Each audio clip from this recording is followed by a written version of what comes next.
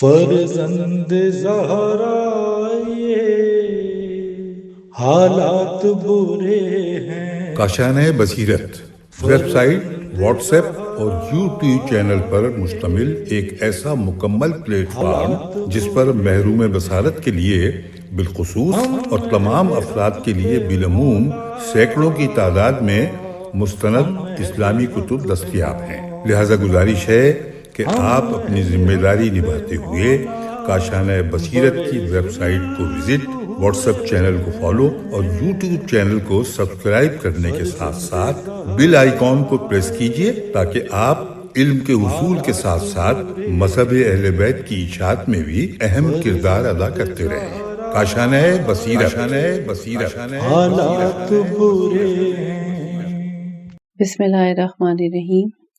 السلام علیکم سامعین، کاشانۂ بصیرت کے پلیٹ فارم سے میزان الحکمت کی جلد نمبر 8 آپ سب کے لیے ریکارڈ کی جا رہی ہے۔ اس سلسلے میں آج ہم پارٹ نمبر 3 کی ریکارڈنگ کر رہے ہیں اور ہم نے قبلہ کے بارے میں علمی بحث موضوع ہے جس کا اب ہم آغاز کر رہے ہیں۔ ہم نے صفحہ نمبر اس کو 27 تک پڑھ لیا تھا، آئے دوبارہ سے سٹارٹ کرتے ہیں۔ یہ تو تھی دائرہ ہندیہ کے نقص کی وجہ۔ اب آتے ہیں دوسری قسم یعنی قطب نما کے ذریعے قبلہ کی تشخیص۔ تو اس کے نقص کی وجہ یہ تھی کہ کرۂ ارض کے دو مقناطیسی قطب زمین کے دو جغرافیائی قطبوں سے مطابقت نہیں رکھتے تھے۔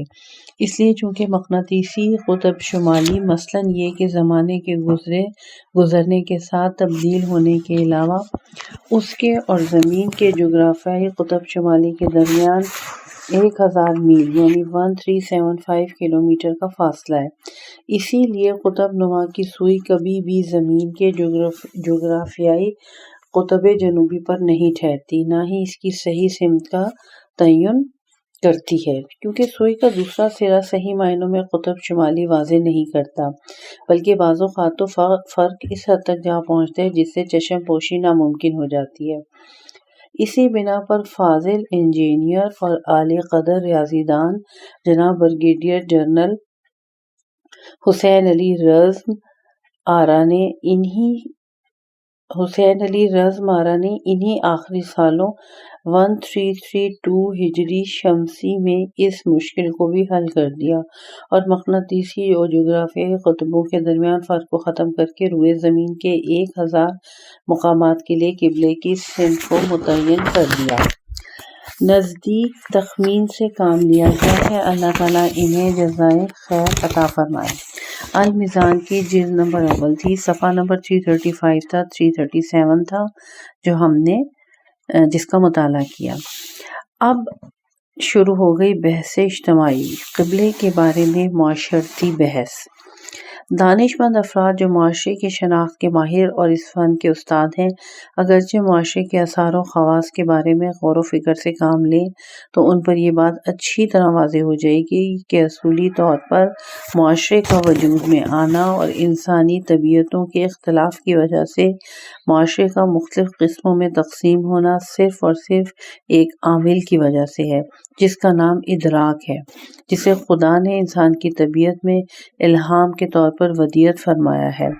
ادراک اس معنی کے اعتبار سے ان کی ضروریات جو اتفاق سے ساری کی ساری انسانوں کی بقا اور ان کی کمال تک رسائی کے لیے مؤثر ہیں، ایک دو نہیں ہے کہ ان ایک دو ضروریات کو وہ خود ہی پورا کر لیں، بلکہ ان ضروریات کو پورا کرنے کے لیے ایک معاشرہ تشکیل دینے کی ضرورت ہوتی ہے تاکہ وہ اس معاشرے کے پابند رہ کر اس کی آغوش تربیت میں پروان چڑھ کے اور اس کی امداد کے ساتھ اپنے تمام افعال و حرکات و سکنات میں کامیاب ہوں، یا بالفاظ دیگر کسی نتیجے تک پہنچ سکیں، کیونکہ تعلی ہمیشہ ایک ہاتھ سے تو نہیں بجتی۔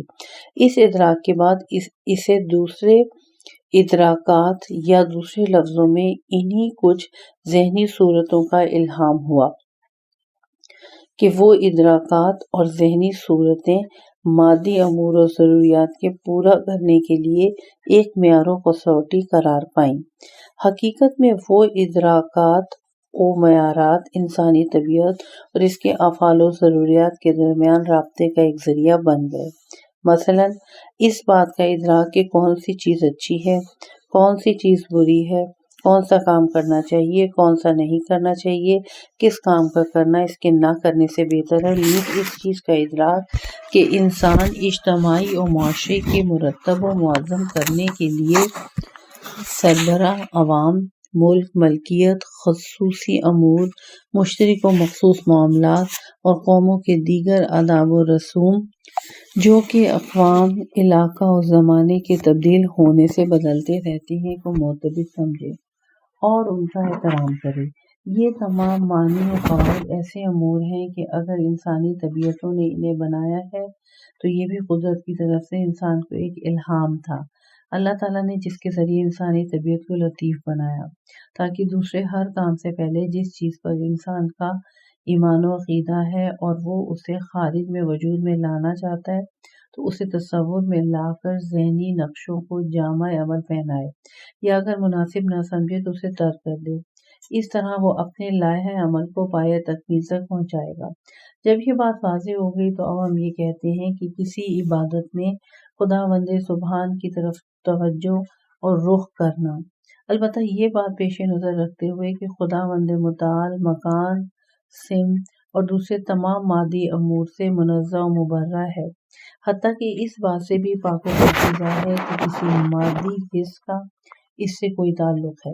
اگر ہم چاہتے ہیں کہ قلب و ضمیر کی چار دیواری سے نکل کر افعال میں سے کسی فعل کی صورت اختیار کر لیں جبکہ فعل کا تعلق ہوتا ہی مادیات سے ہے تو مجبوراً یہی کرنا پڑے گا کہ یہ توجہ اور رخ کرنا بصورت تمثیل یا تمثل ہوگا۔ آسان و سادہ لفظوں میں یوں کہا جا سکتا ہے کہ ایک طرف تو ہم یہ چاہتے ہیں کہ عبادت کے ذریعے ہم خدا کی طرف توجہ کریں، اور دوسری طرف یہ بھی ہے کہ خدا کسی ایک طرف، جہت یا سمت میں موجود نہیں بلکہ ہر طرف اور ہر جہت و سمت میں ہے۔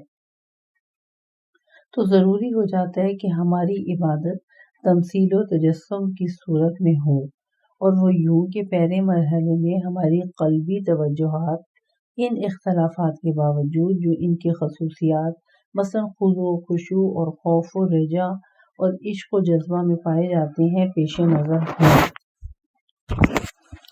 دوسرے مرحلے میں انہی خصوصیات کو ان کی مناسب شکل و صورت میں اپنے افعال میں منعکس کریں، مثلاً اپنے قلبی خضوع و خشوع اور اپنی ذات کی حقارت و ذلت کے اظہار کے لیے اس کی بارگاہ اقدس میں سجدہ ریز ہو جائیں اور اس بیرونی عمل کے ذریعے اپنے اندرون کی کیفیت کا اظہار کریں، یا اگر چاہیں کہ اپنا اندرونی احترام اور اس کی بارگاہ میں اپنی تعظیم کا اظہار کریں تو رکوع میں چلے جائیں۔ نیز اگر چاہتے ہیں کہ اپنی جان کا نذرانہ اس کے حضور پیش کریں تو اس کے گھر یعنی خانہ کعبہ کے اطراف میں طواف کریں۔ اگر چاہیں کہ اس کی بزرگی کو بیان کریں تو سیدھے کھڑے ہو کر قیام کو بجا لائیں۔ اگر چاہیں کہ اس کی بارگاہ میں حاضر ہونے کے لیے خود کو پاک و پاکیزہ کریں تو غسل و وضو کریں، اور اس طرح کی دوسری تمثیلات ہیں۔ اس بات میں بھی ذرا برابر شک نہیں کہ بندے کی عبادت کی روح اس کی وہی اندرونی و قلبی بندگی اور قلبی کیفیت ہے جو وہ اپنے معبود کے لیے ظاہر کرتا ہے۔ اگر یہ نہ ہو تو اس کی عبادت بے روح ہوگی بلکہ عبادت ہی شمار نہیں ہوگی، لیکن اس کے باوجود یہ قلبی توجہ کسی نہ کسی صورت میں مجسم ہونی چاہیے۔ غرض عبادت کو اپنے کمال، ثبات اور استقرار میں محقق ہونے کے لیے ضرورت اس بات کی ہے کہ وہ کسی قالب میں ڈھالی جائے۔ جو کچھ اوپر بیان ہوا ہے اس میں کسی قسم کا شک و شائبہ نہیں ہے۔ اب یہ دیکھتے ہیں کہ مشرکین اپنی عبادت میں کیا کرتے ہیں، کیا کرتے تھے اور اسلام نے کیا کیا ہے۔ ستارہ پرستیوں اور تمام دوسرے جسم پرستوں کا معبود یا تو کوئی انسان ہوتا یا کوئی اور جسم رکھنے والی چیز ہوتی تو وہ اپنے لیے قیام و قعود میں، خواب و بیداری میں، عبادت و مراسم میں، حتیٰ کہ پست ترین اور ناپسندیدہ ترین حالات میں بھی انسان اپنے پروردگار کو فراموش نہ کرے۔ یہ تو تھا انفرادی صورت میں قبلے کو شرعی حیثیت دینے کا فائدہ۔ اب آتے ہیں اس کے اجتماعی فوائد کی طرف۔ پس غور سے دیکھا جائے تو معلوم ہوگا کہ اس کے فوائد تو انفرادی فوائد سے بھی زیادہ، اس کے آثار زیادہ روشن اور اس کا زیادہ دل نشین ہے، اسی لیے کہ تمام لوگوں کو ان کے زمان و مکان کے اختلاف کے باوجود ایک نقطے کی طرف متوجہ کیا اور ایک مرکزی نقطے پر اکٹھا کر کے ان کے درمیان فکری وحدت پیدا کر دی، ان کے معاشرتی رشتوں کو یکجا کر دیا اور ان کے دلوں کو آپس میں جوڑ دیا۔ یہ ایک ایسی لطیف ترین روح ہے جو بشریت کے ڈھانچے میں پھونک دی گئی ہے، ایک ایسی روح جو اپنی لطافت کی وجہ سے افراد کے تمام مادی و معنوی امور میں نفوذ کر سکتی ہے، جس سے ایک ترقی پذیر معاشرہ، زیادہ سے زیادہ ہم آہنگ ہونے والا اتحاد اور طاقتور ترین اجتماعی صورت وجود میں آ جاتی ہے۔ یہ ایک احسان ہے جو خداوند متعال نے اسلامی امہ کے لیے مخصوص فرما دیا ہے، اسی کے حتیٰ کہ دو انسان بھی ایسے نہیں ہیں جو کسی ایک نظریے پر متفق ہوں۔ یہ اللہ کا اسلامی امہ پر بہت بڑا احسان ہے جس کے لیے ہم کمال عاجزی کے ساتھ اس کے سپاس گزار ہیں۔ بحث تاریخی، قبلہ کی تاریخی بحث۔ یہ بات متواتر اور قطعی ہے کہ خانہ کعبہ کے بانی حضرت ابراہیم علیہ السلام تھے، اور اس کے بعد اطراف کعبہ میں رہنے والے ان کے فرزند حضرت اسماعیل علیہ السلام اور قبائل یمن میں سے ایک قوم بنام جرہم تھی۔ خانہ کعبہ کی عمارت تقریباً مربع کی صورت میں بنائی گئی، جس کا ہر کونا چاروں سمت یعنی شمال، جنوب، مشرق اور مغرب میں سے ہر ایک سمت کی طرف تھا۔ اس کی طرز تعمیر کچھ اس طرح کی تھی کہ ہوا جس طرف کی ہو، جس قدر بھی شدید ہو، اسے نقصان نہ پہنچا سکے، البتہ اس تک پہنچنے کے ساتھ اس کا زور ٹوٹ جائے۔ حضرت ابراہیم علیہ السلام کی بنیاد کردہ یہ عمارت اپنی اسی حالت پر برقرار رہی، یہاں تک کہ عمالقہ نے اسے اثر نو تعمیر کیا اور دوسری مرتبہ بنو جرہم نے، یا پہلے جرہم نے اور بعد میں عمالقہ نے اسے بنایا۔ جب امور کعبہ کی زمام پیغمبر اکرم صلی اللہ علیہ وآلہ وسلم کے جد امجد جناب قصہ بن کلاب کے ہاتھوں تک پہنچی ہجرت سے 200 سال قبل، تو قصہ نے اسے گرا کر اثر نو تعمیر کیا اور اسے پہلے سے زیادہ مستحکم کیا۔ دوم، کھجور کے درخت سے ملتا جلتا درخت کی شاخوں اور کھجور کی شاخوں سے اس پر چھت ڈالی۔ کعبہ مکرمہ کے ساتھ ہی ایک اور عمارت بنام دارالندوہ تعمیر کی، جو در حقیقت ان کی حکومت اور اپنے ساتھیوں سے صلاح و مشورے کا مرکز تھی۔ پھر کعبہ کی اطراف کو قریش کے مختلف قبائل کے درمیان تقسیم کر دیا کہ ہر قبیلے نے اس کے اطراف میں مطاف یعنی مقام طواف کے کنارے اپنے اپنے مکان بنا لیے، جن کے گھروں کے دروازے مطاف کی طرف کھلتے تھے۔ بعض روایات کے مطابق بعثت نبوی صلی اللہ علیہ وآلہ وسلم سے 5 سال پہلے ایک زبردست سیلاب آیا، جس کی وجہ سے خانہ کعبہ منہدم ہو گیا اور قریش کے قبائل نے اس کی تعمیر کا کام اپنے ذمے لیا۔ اس کی تعمیر کا کام ایک رومی باشندہ بنام یعقوم نے سر انجام دیا اور مصر کے ایک بڑھئی نے اس میں اس کا ہاتھ بٹایا۔ جب تعمیر اس مرحلے پر پہنچی جہاں حجر اسود کو نصب کرنا تھا، تو ان کے قبائل کے درمیان جھگڑا ہو گیا کہ یہ شرف کون سا قبیلہ حاصل کرے۔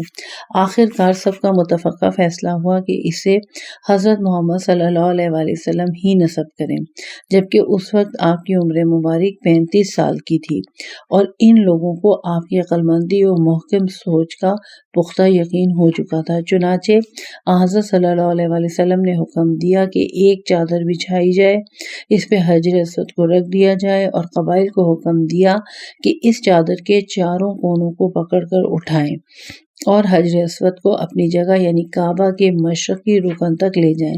جب حجر اسود کو اسی جگہ تک لے جایا گیا تو آپ صلی اللہ علیہ وآلہ وسلم ہی نے اسے اٹھا کر خود وہیں پر نصب فرما دیا۔ چونکہ خانہ کعبہ کی تعمیر کے اخراجات کافی سنگین تھے، جس کی وجہ سے ان لوگوں کی ہمتیں جواب دے گئیں، لہٰذا اس کی بلندی کو اسی جگہ تک ہی رہنے دیا جو اس وقت ہے، اور سابقہ عمارت کے حصے سے حجر اسماعیل کی طرف سے ایک حصہ تعمیر ہونے سے رہ گیا، جو حجر اسماعیل علیہ السلام ہی کا حصہ بن گیا، کیونکہ اسے سابقہ عمارت سے چھوٹا بنایا گیا تھا۔ یہ عمارت اسی طرح اپنے حال پر باقی رہی، یہاں تک کہ یزید بن معاویہ کے دور میں عبداللہ بن زبیر حجاز پر مسلط ہوا۔ یزید نے اس کی سرکوبی کے لیے حسین بن نمیر ملعون کی کمان میں ایک لشکر بھیجا۔ فریقین کے درمیان زوروں کی جنگ ہوئی، جس کے نتیجے میں یزید کے لشکر نے منجنیقوں کے ذریعے شہر مکہ پر پتھر برسانے شروع کر دیے۔ اس طرح خانہ کعبہ کی تباہی ہوئی اور منجنیقوں کے ذریعے شہر پر برسائی جانے والی آگ نے کعبے کے پردے اور لکڑیوں کو جلا ڈالا۔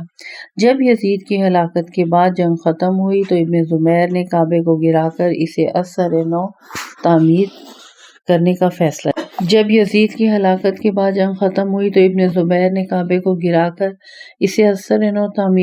فیصلہ کیا۔ اس کے حکم کے مطابق یمن سے اعلیٰ قسم کا گچ یعنی جپسم منگوایا گیا، اسے گچ سے تعمیر کیا گیا۔ حجر اسماعیل کو بھی خانہ کعبہ کا جز بنا دیا گیا، اور کعبے کا دروازہ جو پہلے بلندی پر نصب تھا اسے سطح زمین پر نصب کیا گیا۔ پھر پرانے دروازے کے بالمقابل ایک اور دروازہ رکھا گیا تاکہ لوگ ایک دروازے سے اندر آئیں اور دوسرے سے باہر نکل جائیں۔ کعبے کی بلندی 27 ہاتھ یعنی تقریباً 13.5 میٹر رکھی گئی، اور جب کعبے کی تعمیر سے فراغت ملی تو اس کے مشق و عنبر کے ساتھ اندر و باہر سے معطر کر دیا گیا اور اس پہ ریشم کا غلاف چڑھایا گیا، اور 17 رجب سن 64 ہجری میں اسے اس کام سے فراغت ہوئی۔ جب عبد الملک بن مروان تخت خلافت پر بیٹھا تو اس نے اپنے لشکر کے سردار حجاج بن یوسف کو حکم دیا کہ عبداللہ بن زبیر کی سرکوبی کے لیے مکہ جائے۔ چنانچہ حجاج نے اسے شکست دی اور قتل کر دیا۔ پھر وہ خود بیت اللہ کے اندر گیا اور عبداللہ بن زبیر نے خانہ کعبہ کی جس قسم کی تعمیر کی تھی اس نے اس سے عبد الملک کو اطلاع دی۔ عبد الملک نے حکم دیا کہ عبداللہ بن زبیر کی تعمیر کو ختم کر کے کعبے کو اس کی پہلی صورت میں تعمیر کیا جائے۔ اس کے حکم کے مطابق حجاج کعبے کی شمالی دیوار سے 6 ہاتھ اور 1 بالشت کے برابر گرا کر قریش کی رکھی ہوئی بنیاد تک جا پہنچا اور اپنی تعمیر کو اسی بنیاد پر استوار کیا۔ اس کے مشرقی دروازے کو، جسے ابن زبیر نے سطح زمین پر نصب کیا تھا، اوپر لے جا کر اس کی پہلی جگہ یعنی سطح زمین سے تقریباً 1.5 یا 2 میٹر اوپر نصب کیا۔ اس کے مقابل میں ابن زبیر کا رکھا ہوا مغربی دروازہ بھی اس نے بند کر دیا۔ اس کے بعد عمارت سے بچ جانے پھر چونکہ 1039 ہجری میں ایک بہت بڑے سیلاب نے اس کی شمالی اور مشرقی دیواروں کو کافی نقصان پہنچایا تھا، اس لیے سلطان مراد چہارم ایک عثمانی بادشاہ کے حکم کے مطابق اس کی تعمیر کی گئی۔ اس کے بعد سے 1375 ہجری یعنی 1375 ہجری بمطابق 1335 شمسی تک اس میں کسی اور قسم کی تبدیلی رونما نہیں ہوئی۔ اگلا موضوع ہے شکل الکعبہ یعنی خانہ کعبہ کی شکل و صورت۔ خانہ کعبہ تقریباً مربع شکل کا ایک مکان ہے جو نیلے رنگ کے ٹھوس پتھروں سے بنایا گیا ہے۔ اس کی بلندی 16 میٹر ہے، جبکہ رسول خدا صلی اللہ علیہ وآلہ وسلم کے زمانے میں اس سے کہیں کم بلند تھی۔ فتح مکہ کی روایات سے جو بات ثابت ہوتی ہے وہ یہ ہے کہ اس وقت رسول خدا صلی اللہ علیہ وآلہ وسلم نے حضرت علی علیہ السلام کو اپنے کندھوں پہ سوار کر کے اس میں موجود بتوں کو توڑوایا جو چھت کے ساتھ تھے، اور یہ ہمارے اس مدعا کو ثابت کرتی ہے۔ اس کا شمالی حصہ جہاں پر جہاں پر میزاب رحمت اور ہجر اسماعیل ہے، اسی طرح اس کے مقابل میں اس کا جنوبی حصہ 10 میٹر اور 10 سینٹی میٹر لمبے ہیں، جبکہ مشرقی حصے کی لمبائی جس میں کعبے کا دروازہ بھی 2 میٹر کی بلندی پر نصب ہے، اس کے مقابل کے مغربی حصے کی لمبائی 12 میٹر ہے۔ حجر اسود مطاف سے 1.5 میٹر کی بلندی پر اس کے جنوبی حصے کی ابتدا میں نصب ہے۔ حجر اسود ایک ٹھوس، بھاری اور بیضوی شکل کا غیر تراشیدہ سرخی مائل سیاہ رنگ کا پتھر ہے۔ اس میں رنگ کے داغ ہیں اور زرد رنگ کی رگیں دکھائی دیتی ہیں جو خود بخود جوش کھانے کی وجہ سے دراڑیں بن چکی ہیں۔ خانہ کعبہ کے چاروں کونے قدیم الایام سے 4 ارکان کے نام سے موسوم چلے آ رہے ہیں۔ شمالی رکن کو رکن عراقی کہتے ہیں، مغربی رکن کو رکن شامی کہتے ہیں، جنوبی رکن کو رکن یمانی کہتے ہیں اور رکن شرقی کو جس میں حجر اسود نصب ہے رکن اسود کہتے ہیں۔ خانہ کعبہ کے دروازے سے لے کر حجر اسود تک کی درمیانی منزل کو ملتزم کہتے ہیں، کیونکہ کعبہ کا زائر اور طواف کرنے والا دعا و استغاثہ کرتے وقت اسی حصے سے متوسل ہوتا ہے۔ شمالی حصے کی دیوار پر نالہ کو میزاب رحمت یا رحمت کا پرنالہ کہتے ہیں۔ سب سے پہلے حجاج بن یوسف نے اسے ایجاد کیا اور بعد میں عثمانی بادشاہ سلطان سفیان ترکی نے اسے 954 میں 954 میں وہاں سے ہٹا کر چاندی کا پرنالہ لگایا۔ پھر عثمانی بادشاہ سلطان احمد نے 1021 ہجری میں اس کی جگہ چاندی کا مینا کاری شدہ پرنالہ لگایا۔ اس پہ گہرے نیلے رنگ کی مینا کاری کی گئی تھی اور اس کے فاصلوں میں سونا لگایا گیا تھا۔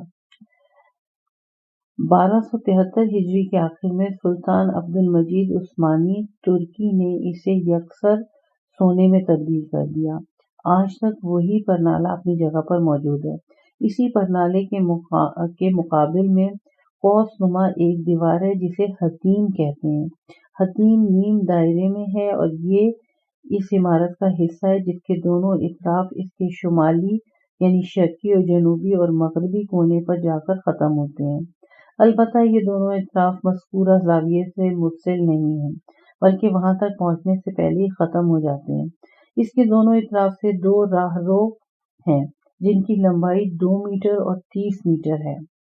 اس قوسی دیوار کی بلندی 1 میٹر اور چوڑائی 1.5 میٹر ہے۔ اس کے اندر نقش و نگار سے مزین پتھر لگے ہوئے ہیں۔ اس قوس نما دیوار کا درمیانی فاصلہ اندر سے لے کر کعبے کی دیوار کے درمیان تک 8 میٹر اور 44 سینٹی میٹر ہے۔ حتیم اور اس قوس نما دیوار کی درمیانی فضا کو حجر اسماعیل کہتے ہیں جس کا تقریباً 3 میٹر کا حصہ حضرت ابراہیم علیہ السلام کے بنائے ہوئے کعبہ میں شامل تھا، لیکن بعد میں اسے اس سے باہر نکال دیا گیا۔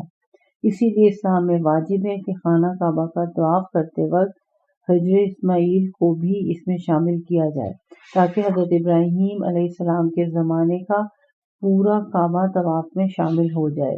اس فضا کا بقیہ حصہ حضرت اسماعیل علیہ السلام اور حضرت ہاجرہ علیہ السلام کی گوسفندوں کا باڑہ ہوتا تھا۔ بعض حضرات کے بقول یہی جگہ حضرت اسماعیل علیہ السلام اور حضرت ہاجرہ علیہ السلام کا مدفن ہے۔ یہ تھا خانہ کعبہ کا ہندسے کے لحاظ سے ایک تفصیلی جائزہ۔ وہ تبدیلیاں جو اس میں رونما ہوتی رہیں اور وہاں پر انجام پانے والی رسومات جو اسلام سے پہلے رائج تھیں، کیونکہ ہمارے موضوع سے ان کا تعلق نہیں لہذا انہیں بیان کرنے کی ضرورت نہیں۔ اگلا موضوع ہے کسوۃ الکعبہ یعنی غلاف کعبہ۔ ہم سورہ بقرہ میں حضرت ہاجرہ علیہ السلام اور حضرت اسماعیل علیہ السلام کے بارے میں آیات کی تفسیر میں ان روایات کو بیان کر چکے ہیں جو سرزمین مکہ میں ان کے تشریف لانے کے بعد کے حالات کو بیان کرتی ہیں۔ ان روایات سے معلوم ہوتا ہے کہ خانہ کعبہ کی تعمیر کے مکمل ہو جانے کے بعد حضرت ہاجرہ علیہ السلام نے اس کے دروازے پر ایک پردہ لٹکا دیا تھا، لیکن وہ غلاف جو کعبہ کے تمام اطراف پر چڑھا جانا تھا، اس بارے میں یہ کہا جاتا ہے کہ اس کا آغاز شاہان یمن میں سے ایک شخص بنام ابو بکر اسعد نے کیا۔ اس نے خانہ کعبہ کو چاندی کی تاروں سے بنے ہوئے غلاف کے ساتھ ڈھانپا۔ وہ ایک ایسا پردہ تھا جس کے حواشی کو نقرئی تاروں سے بنایا گیا تھا۔ مذکورہ بادشاہ کے بعد اس کے جانشینوں نے اسی سلسلے کو جاری رکھا۔ اس کے بعد لوگ آتے رہے اور مختلف انداز کے مطابق اس پر غلاف چڑھاتے رہے، اور یوں کہ غلاف کے اوپر غلاف چڑھایا جاتا رہا، یعنی جب ایک غلاف کہنا ہو جاتا تو اس کے اوپر ایک نیا غلاف چڑھا دیتے، یہاں تک قصہ بن کلاب کا زمانہ آ گیا۔ انہوں نے غلاف کعبہ کے لیے عربوں کے ذمے لگا دیا کہ باہمی چندہ کر کے اس پر سالانہ نیا غلاف چڑھایا جائے، اور ہر قبیلے کے ذمے ایک حصہ مقرر کر دیا۔ یہی سلسلہ ان کی اولاد میں چلتا رہا، جن میں ابو ربیعہ بن مغیرہ ایک سال یہ غلاف چڑھاتے اور دوسرے سال قریش کے دیگر قبائل۔ حضرت رسول خدا صلی اللہ علیہ وآلہ وسلم کے زمانے میں حضرت نے خانہ کعبہ پر یمانی چادر کا غلاف چڑھایا، اور یہ سلسلہ جاری رہا یہاں تک کہ ایک عباسی خلیفہ مہدی بیت اللہ کی زیارت کے لیے آیا تو بیت اللہ کے خدام نے کعبہ کی چھت پر کپڑوں کے انبار کی شکایت کی اور کہا کہ پہلے ہی اس پر کپڑوں کا کافی بوجھ ہے، اگر یہ سلسلہ جاری رہا تو اس بات کا اندیشہ ہے کہ کہیں یہ چھت ہی زمین بوس نہ ہو جائے۔ مہدی عباسی نے حکم دیا کہ تمام غلافوں کو اتار لیا جائے اور ہر سال اس پر صرف ایک غلاف چڑھایا جائے۔ یہ سلسلہ اب تک جاری ہے، البتہ کعبے کے اندر بھی ایک غلاف ہے، اور سب سے پہلے جس نے اندر غلاف چڑھایا وہ حضرت عباس بن عبد المطلب کی والدہ تھیں، جنہوں نے اپنے بیٹے عباس کے لیے نظر مانی تھی اور اس کے پورا ہونے پر غلاف چڑھایا۔ منزلۃ الکعبہ یعنی خانہ کعبہ کی قدر و منزلت۔ خانہ کعبہ مختلف اقوام و امم میں احترام و عظمت کے لحاظ سے خاص اہمیت کا حامل رہا ہے۔ مثلاً اہل ہند اس کا اس لیے احترام و تعظیم کرتے تھے کہ وہ اس بات کے معتقد تھے کہ سلیفہ، جو ان کے عقیدے کے مطابق اقانیم ثلاثہ میں سے ایک اقنوم الف قاف نون واو میم ہے، اس کی روح حجر اسود میں حلول کر چکی ہے، اور حلول یہ اس وقت ہوا جب سلیفہ اپنی بیوی کے ہمراہ حجاز کی زیارت کی غرض سے حجر اسود کی زیارت کو آیا۔ اسی طرح فارسیوں میں صابئین اور کلدانی بھی اس کی تعظیم کرتے تھے۔ ان کا عقیدہ تھا کہ کعبہ ان 7 گھروں میں سے ایک ہے جن کا تقدس مسلم ہے۔ ان 7 گھروں کی تفصیل یہ ہے: نمبر 1 خانہ کعبہ، نمبر 2 مارس جو اصفہان کے پہاڑوں کی ایک چوٹی پر واقع ہے، مندوسان جو بلاد ہند میں واقع ہے، نوبہار جو بلخ میں ہے، بیت غمدان جو یمن کے شہر سلفا میں ہے، کوسان جو صوبہ خراسان کے شہر فرغانہ میں ہے، وہ گھر جو چین کے ایک بلند ترین شہر میں ہے۔ نیز یہ بھی کہا جاتا ہے کہ کلدانیوں کا یہ عقیدہ تھا کہ خانہ کعبہ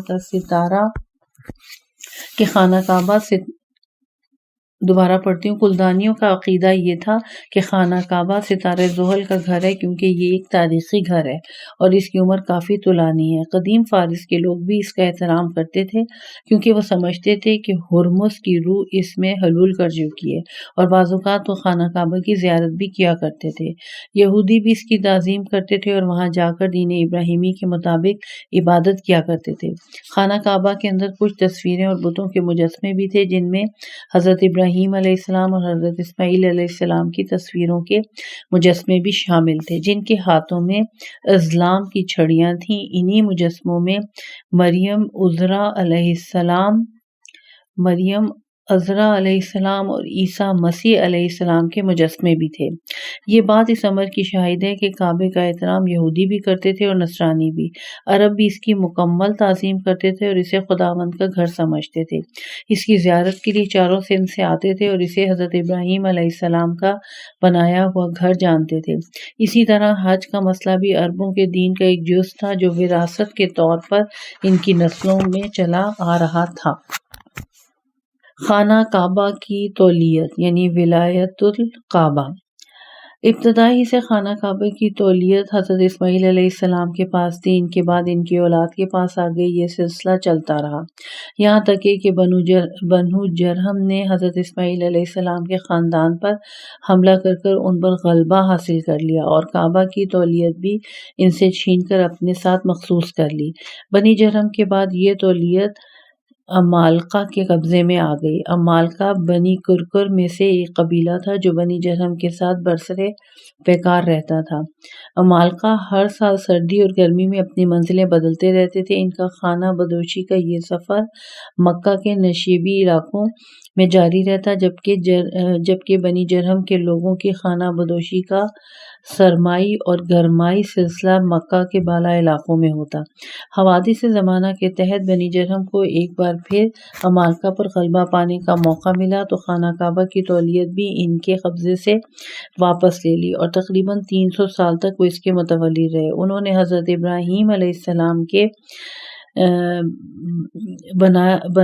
بنائے کردہ گھر میں کچھ ترمیمات و اضافہ کیا اور ان کی دیواروں کو بلند کیا۔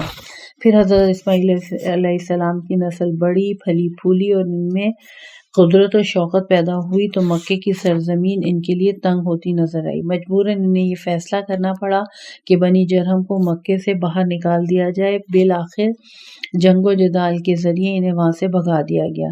ان دنوں حضرت اسماعیل علیہ السلام کی اولاد کا سردار اور بزرگ عمرو بن لہی تھا۔ اس نے مکے پر قبضہ کر کے خانہ کی تولیت سنبھال لی اور یہ وہی عمرو بن لہی تھا جس نے خانہ کعبہ کی چھت پہ بت رکھ دیے اور لوگوں کو ان کی پرستش کی دعوت دی تھی۔ سب سے پہلا بت جو کعبہ کی چھت سے مسل ہوا اس کا نام ہبل تھا، جسے وہ شام سے اپنے ساتھ مکہ لایا اور خانہ کعبہ کی چھت پر لا کر رکھ دیا۔ اس کے بعد رفتہ رفتہ دوسرے بت لانے لگا، یہاں تک کہ ایک بہت بڑی تعداد میں بت جمع ہو گئے۔ بت پرستی کا رواج عربوں میں پھیل گیا اور حضرت ابراہیم علیہ السلام کا بتایا ہوا دین حنیف اور توحید پرستی کی بساط پلٹ دی گئی۔ اسی مناسبت سے بنی جرہم کا ایک شاعر بنام شہنہ بن حلف عمرو بن لہی کو مخاطب کر کے کہتا ہے، ترجمہ یعنی اے عمرو، یہ تو ہی تھا جس نے مختلف خدا گھڑ کر بیت اللہ کے اطراف میں نصب کر دیے۔ خانہ خدا کا تو صرف ایک ہی ابدی رب ہے، مگر یہ تو تھا کہ لوگوں کو شرک و مختلف خداؤں یعنی ارباب کی طرف دعوت دی۔ تمہیں بہت جلد معلوم ہو جائے گا کہ خداوند تعالیٰ مستقبل قریب میں تمہیں ہٹا کر اپنے گھروں کے لیے دوسروں کو حاجب و نگہبان مقرر فرمائے گا۔ خانہ خدا کی تولیت حلیل خزاعی کے زمانے تک اس طرح بنی خزاعہ میں باقی رہی اور حلیل نے اپنے بعد یہ تولیت اپنی بیٹی کو جو قصہ بن کلاب کی زوجہ تھی خانہ کعبہ کے کھولنے اور بند کرنے اور با اصطلاح کلید برادری کا اختیار بنی خزاعیہ میں سے ایک شخص ابو غبان خزاعی کو دے دیا۔ غبنان ہے، غین بے الف چھوٹی سی حمزہ ڈلی ہوئی ہے اور نون غنہ۔ غبنان کو خزاعی کو دے دیا، لیکن ابو غبنان نے ایک اونٹ اور ایک پیالہ شراب کے بدلے یہ منصب قصہ بن کلاب کے ہاتھوں بیچ دیا۔ ابو غبان کا یہ اقدام عربوں میں ایک ضرب المثل کی حیثیت اختیار کر گیا کہ جب بھی کوئی احمقانہ اور نقصان دہ معاملہ طے پاتا تو وہ کہتے کہ یہ معاملہ تو ابی غبنان کے معاملے سے بھی زیادہ نقصان دہ ہے۔ انجام کار کعبہ کی تولیت اور سرپرستی مکمل طور پر قریش میں منتقل ہو گئی اور قصہ بن کلاب نے خانہ کعبہ کی اثر نو تعمیر کی، جیسا کہ ہم پہلے ذکر کر چکے ہیں۔ یہ صورتحال اسی طرح باقی رہی یہاں تک کہ حضرت صلی اللہ علیہ وآلہ وسلم نے مکہ کو فتح کیا اور خانہ کعبہ کے اندر جا کر حکم دیا کہ کعبے میں موجود تمام تصویروں اور بتوں کو مٹا دیا جائے۔ چنانچہ بتوں کو توڑ دیا گیا اور تصویریں مٹا دی گئیں۔ مقام ابراہیم کو جس پر حضرت کے دونوں قدموں کے نشان ہیں اس وقت تک کعبہ کے نزدیک ایک ظرف میں تھا۔ اٹھا کر اسی کی اس کی اسی جگہ پر مدفون کر دیا جہاں پر اب ہے، اور آج اس پر ایک قبہ سا بنا ہوا ہے جس کے 4 ستون ہیں اور ان ستونوں پر چھت بنی ہوئی ہے۔ طواف کرنے کے بعد خانہ کعبہ کے زائر اس کے ساتھ نماز طواف پڑھتے ہیں۔ کعبہ اور اس سے متعلق دیگر چیزوں کے بارے میں روایات بہت زیادہ ہیں، لیکن ہم نے صرف اسی پر اکتفا کیا ہے، وہ بھی صرف اس لیے کہ قارئین کو حج اور کعبہ سے متعلق آیات پڑھتے وقت اسلام کے کسی بھی فرقے متعلق آیات پڑھنے کے وقت اس کی ضرورت محسوس ہوتی ہے، اس گھر کی جسے خدا نے بابرکت اور ہدایت خلق کا موجب قرار دیا ہے۔ اور ایک خاصیت یہ بھی ہے کہ اسلام کے کسی بھی فرقے نے اس کی شان اور عظمت کے بارے میں آج تک اختلاف نہیں کیا۔ صفحہ نمبر 51 پہ اس پارٹ کا اختتام ہوا۔ کتاب میزان الحکمت جلد نمبر 8 ابھی جاری ہے۔